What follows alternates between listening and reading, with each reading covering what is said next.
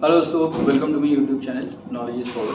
मैं शुभदीप चटर्जी आप लोगों को वेलकम करता हूँ मेरे YouTube channel knowledge is power में। और मेरा सबसे अपील है, प्लीज़ मेरा वीडियो को प्लीज़ लाइक करिए, शेयर करिए एंड सब्सक्राइब करिए। आज हम लोगों का जो टॉपिक है बहुत ही इंटरेस्टिंग सा टॉपिक है, that is calculation of weighted average cost of capital. मैंने प्रीवियस वीडियोस में मैंने कॉस्ट ऑफ कैपिटल का कंसेप्ट मैंने बताया था, आप लोग देख सकते हैं वो वीडियोस।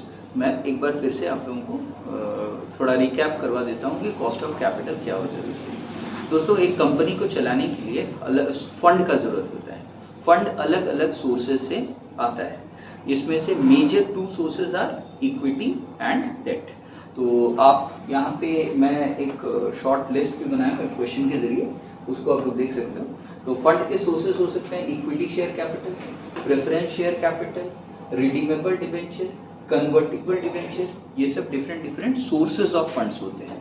अब कंपनी ये जो फंड है ये मार्केट से अगर इकट्ठा करता है, एक्विजिशन करता है, तो इस एक्विजिशन के बदले में उसको कॉस्ट चुकाना पड़ता है। जैसे यहाँ पे आप देख सकते हैं रिडीमेबल डिबेंचर के बगल में 15% वाला एक तो फिगर यहाँ पे दिया हुआ है। इसका क्या मतलब है दोस्तों? पहली बात तो ये डिबेंचर एक तरह का डेट है, एक तरह का लोन है कंपनी के ऊपर, और ये जो 15% है ये एक इंटरेस्ट का रेट है, it is a rate of interest. मतलब ये बोलना ये चाहता है कि जब कंपनी ये डिबेंचर इशू किया होगा तो डिबेंचर होल्डर लोगों को वादा किया होगा कि कंपनी के डिबेंचर के फेस वैल्यू के ऊपर वो 15% इंटरेस्ट का रेट वो चुकाएगा। तो this is the concept. Convertible debentures और रिडीमेबल डिबेंचर में अंतर क्या है? Redeemable debentures are those debentures that have to be repaid, उसको रीपे करना कंपलसरी है।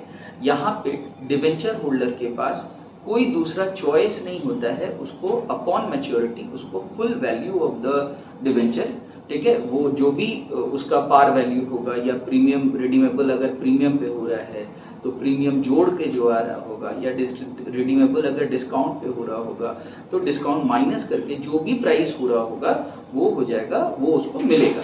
वो यहाँ पे डिबेंचर को कन्वर्ट नहीं कर सकता into shares. But in case of convertible debentures, debenture holder को एक चॉइस मिलता है कि क्या आप एज अ डिबेंचर होल्डर आप अपने डिबेंचर्स को के बदले में शेयर्स लेना चाहते हो। अगर ऐसा है तो आपको डिबेंचर अपना सरेंडर करना पड़ेगा और बदले में कंपनी आपको क्या कर देगा, अपना कंपनी का, खुद के कंपनी का शेयर्स वो इशू करवा देगा, बांट देगा। इस तरीके से डिबेंचर होल्डर बन जाएगा शेयर होल्डर। तो यहाँ पे ये जो 10% है, this also reflects the interest rate, 15% also reflects the interest rate. So these interests have to be paid to the debenture holders at the time of issue of the, whenever the company goes for the issue of the debentures. In case of preference shares, the company has to pay preference dividend at the rate of 12% in my question. मैं question आप लोगों को पढ़ के सुनाऊंगा। तो उस case में भी एक फिक्स्ड रेट ऑफ डिविडेंड आपको as a preference share holder आपको मिलेगा। तो जो आपको एज अ इन्वेस्टर मिल रहा है कंपनी से, वो कंपनी के लिए क्या बन जाएगा दोस्तों? कंपनी के लिए वो कॉस्ट बन जाएगा।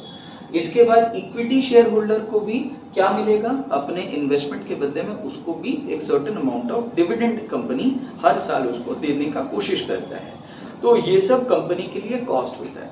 कंपनी का ये जो कॉस्ट है ये अलग अलग सोर्सेज से अलग अलग होगा।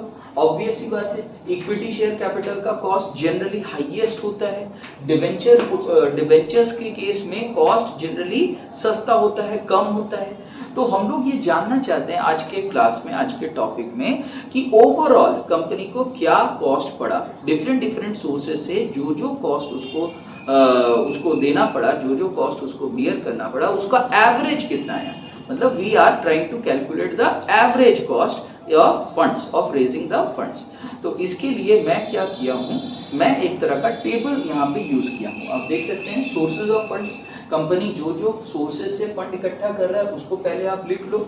उसके बाद एक कॉलम में उसका जो जो कॉस्ट होगा उसको या तो कैलकुलेट करके लिख लो, या यहीं पे आप कैलकुलेट यहाँ पे कर सकते हैं।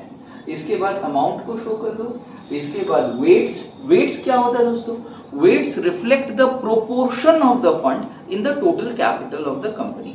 मतलब मान के चलिए एक कंपनी ने 100 लाख रुपीज इकट्ठा किया, उसमें से 60 लाख रुपीस उसने इक्विटी शेयर से इशू करके उसने इकट्ठा किया।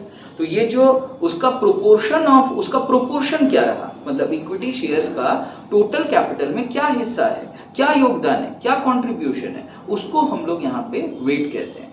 मेरे अभी जो एग्जांपल मैंने आपको दिया जी, 100 लाख टोटल कैपिटल में से 60 lakh has been acquired through issue of equity shares, तो यहाँ पे वेट बिकम 0.6। कैसे आया 0.6? 60 लाख इक्विटी शेयर कैपिटल का amount divided by total capital that is 100 lakh is equal to 60 lakh by 100 lakh that is 0.6। तो बहुत ही आसान तरीके से आप लोग यहाँ पे प्रोपोर्शन को निकाल सकते हो। तो कैसे निकालोगे? जो गिवन फंड होगा उस फंड का अमाउंट चेक करना है, जितना कंपनी का टोटल कैपिटल होगा उसको डिवाइड देना है, डिवाइड दे करके जितना आएगा फ्रैक्शन में या डेसिमल में वो हो जाएगा उसका कॉस्ट ऑफ कैपिटल, मतलब weight of capital, sorry not cost of capital. अब हम लोग क्या करेंगे, इन वेट्स को इन कॉस्ट के साथ मल्टीप्लाई कर देंगे, जैसे वेटेड एवरेज के केस में हम लोग करते हैं। तो weights multiplied by cost will be W into X. Cost को मैं x से डिनोट करूंगा, वेट्स को W से, तो W को x से मल्टीप्लाई कर दिया जाएगा तो आ जाएगा मेरा W इंटू एक्स। उसके बाद मैं क्या करूंगा, W इंटू एक्स का जो सम टोटल होगा उसको निकालूंगा, यही sum total will become my weighted average cost of capital. अब मैं आपको कंसेप्ट, बेसिक कंसेप्ट मैंने आपको बता दिया। अब मैं एक क्वेश्चन रीड करके सुनाने जा रहा हूं। वो क्वेश्चन है ICAI का स्टडी मटेरियल, इंटरमीडिएट का स्टडी मटेरियल का जो चैप्टर, जो सब्जेक्ट है दैट इज फाइनेंशियल मैनेजमेंट, उसका एक क्वेश्चन मैं आपको रीड करके सुनाने जा रहा हूँ। चैप्टर जो है उसका टाइटल है कॉस्ट ऑफ कैपिटल। ये चैप्टर 4 में आपको मिलेगा, चैप्टर 4, ठीक है, ये स्टडी मटेरियल है, ठीक है, paper 6A intermediate course study material group 2, ये चैप्टर नंबर 4 पेज नंबर 4.45 में प्रैक्टिकल प्रॉब्लम्स का ये एक क्वेश्चन है। 4.44 सॉरी, क्वेश्चन नंबर मैं 2 सॉल्व कर रहा हूँ, ठीक है। तो इसको मैं अभी आपके सामने रीड करके सुनाने जा रहा हूँ। तो दोस्तों क्वेश्चन में क्या लिखा है? क्वेश्चन में लिखा है the following details are provided by GPS limited, equity share capital 65 lakhs, 12% preference share capital 12 lakhs, 15% redeemable debentures 20 lakhs, 10% convertible debentures 8 lakhs. The cost of equity capital for the company is 16.30% and the income tax rate for the company is 30%. You are required to calculate the weighted average cost of capital, that is WACC of the company. So let us solve this question. दोस्तों इस question में different sources of funds पहले तो हम लोग लिख लिए, मैंने आपको पहले ही बोला था, इसको पहले आपको नोट डाउन कर लेना होगा। तो as per the question the sources of funds are equity share capital, 12% preference share capital, 15% redeemable debentures, 10% convertible debentures, ठीक है, ये सब हो गया सोर्सेज ऑफ फंड्स।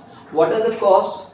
अच्छा, the cost of equity share capital is denoted by the term KE, ठीक है, आप लोग बोर्ड में देख सकते हैं, it is denoted by the term KE। Cost of preference shares is denoted by the term KP. Cost of debt is the redeemable debenture or convertible debentures are denoted by the term KD. ठीक है, आप यहाँ पे since दो KDs है तो आप यहाँ पे इसको KD1 और KD2 यहाँ पे आप कर सकते हो in order to differentiate।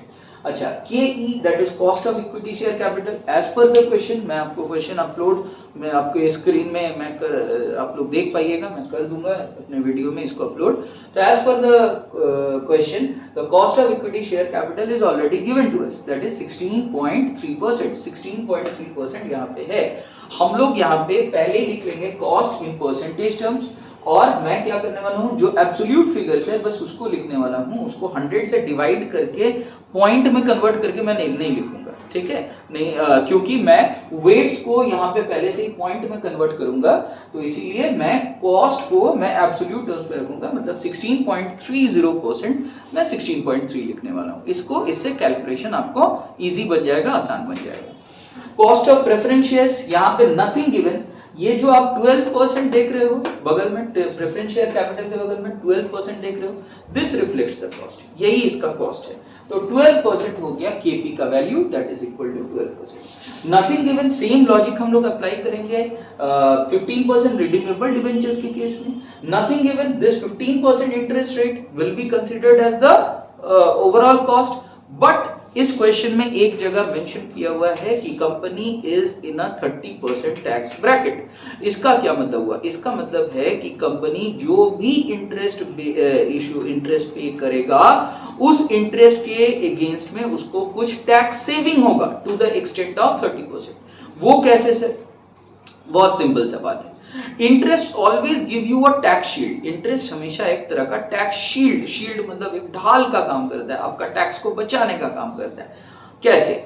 Interest आपके लिए एक तरह का एक्सपेंस है, for the company it is an expense. Since it is an expense, ये आपका टैक्सेबल बिजनेस इनकम को क्या कर देता है? कम कर देता है। तो टैक्सेबल बिजनेस इनकम को सिंस ये लोअर डाउन कर देता है, तो आपको रिड्यूस्ड वैल्यू के ऊपर आपको टैक्स पे करने का जरूरत पड़ता है। तो in a sense interest generates tax savings. उस एस्पेक्ट को कवर करने के लिए हम लोग क्या करते हैं, जो भी इंटरेस्ट का रेट है उसको इंटू 1 माइनस टी कर देते हैं। 1 minus T, T stands for the tax rate. तो जब हम लोग ये आई होता है ये वाला इंटरेस्ट का रेट, इंटू 1 माइनस टी कर देंगे, तो डायरेक्टली हम लोगों को कॉस्ट ऑफ डेट हम लोगों को निकल करके आ जाएगा, अगर nothing else is given in the question. ठीक है, तो यहाँ पे कॉस्ट इंटरेस्ट का rate is 15%, 1 minus as per the question it is 30%, तो 0.30 मैंने कन्वर्ट कर दिया 30% को 0.30, 1 माइनस 0.30 इज 0.70, 0.70 के साथ मैंने 15 को मल्टीप्लाई किया, तो मेरा 10.5% मेरा KD1 आ गया।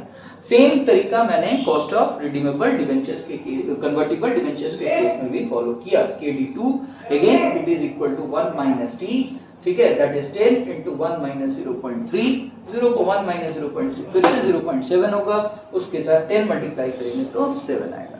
इसका मतलब सीधी बात है कि 10% नॉर्मली हमको इंटरेस्ट देना पड़ा, लेकिन 10% मुझे जो इंटरेस्ट देना पड़ रहा था, 10% का 30% टैक्स सेविंग जनरेट हो गया, तो 10 का 30% हो गया 3 रुपया। आप यूं समझ लीजिए कि 10 रुपया आपने इंटरेस्ट दिया, 3 रुपया इनकम टैक्स डिपार्टमेंट से आपको एक तरह का टैक्स मतलब वापस मिल गया, रिफंड मिल गया। आप ऐसे सोच लो कि 3 रुपया आपको वापस मिल गया, तो 10 रुपया अगर आपने दिया, 3 रुपया आपको वापस मिल गया, तो ऑन एन एवरेज आपको देना कितना पड़ा? नेट बेसिस पे कितना देना पड़ा?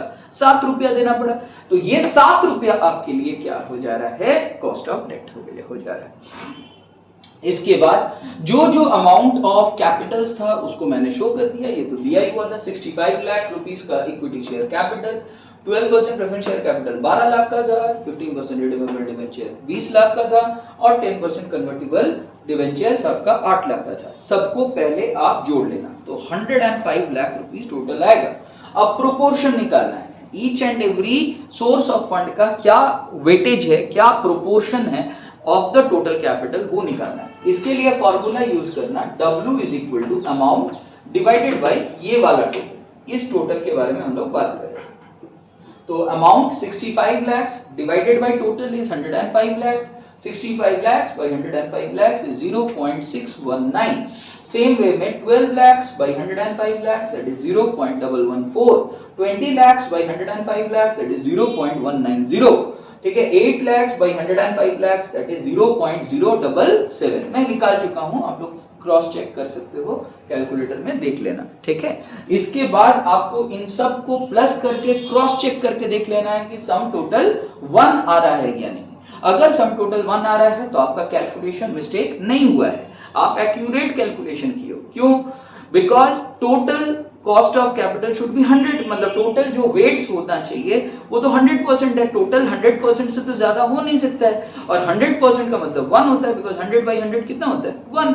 तो डेसिमल में अगर कन्वर्ट करिएगा तो उसका वैल्यू आपका 1 आएगा सम टोटल। अगर 1 आ रहा है तो इसका मतलब अब क्या करना है आपको वेट्स लेना है, ठीक है, जैसे 0.619 उसको 16.3 कॉस्ट के साथ मल्टीप्लाई करना है, यहां पे मैंने किया है W into X, W weights को डिनोट कर रहे हैं, कॉस्ट को X डिनोट कर रहे हैं, W into X कर दिया, 16.3 into 0.619 10.0897। मैं काफी हाई एक्यूरेसी रख रहा हूं, 4 डेसिमल पॉइंट तक मैं कैलकुलेशन कर रहा हूं, आपको करने का आवश्यकता नहीं है, आप लोग 2 डेसिमल पॉइंट तक यहां पे कैलकुलेशन करके रख सकते हो। जैसे यहाँ पे आप देखिए 10.0897 मैंने लिखा, तो सेकंड डेसिमल पॉइंट में 8 डिजिट 8 आ रहा है, थर्ड डेसिमल पॉइंट में 9 आ रहा है, 5 एंड अबव आ रहा है, तो अगर 5 एंड अबव आ रहा होगा तो सेकंड वाला डेसिमल डिजिट को आप 1 प्लस कर दीजिएगा। जैसे यहाँ पे 10.08 है तो इसको 10.09 कर सकते हो अप्रोक्सीमेशन के तौर पे। इसके बाद 0.114 मल्टीप्लाइड बाई 12 इंटू 0.114, ये प्रेफरेंस शेयर्स का के केस में हमारा आ गया 1.38368, 15% रिडीमेबल डिवेंचर के केस में आ गया 10.5 इंटू 0.190 1.995, ये ऑन एन एवरेज हम लोगों को पे करना पड़ रहा है।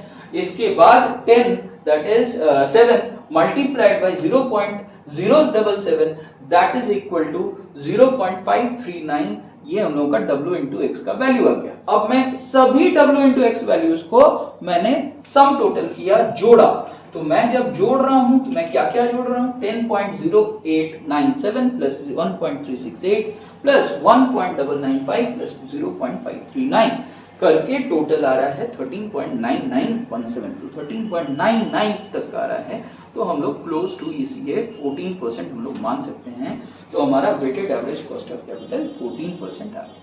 आई होप आपको वीडियो समझ आया, प्लीज लाइक करिए, शेयर करिए एंड सब्सक्राइब करिए मेरे YouTube channel knowledge. Thank you.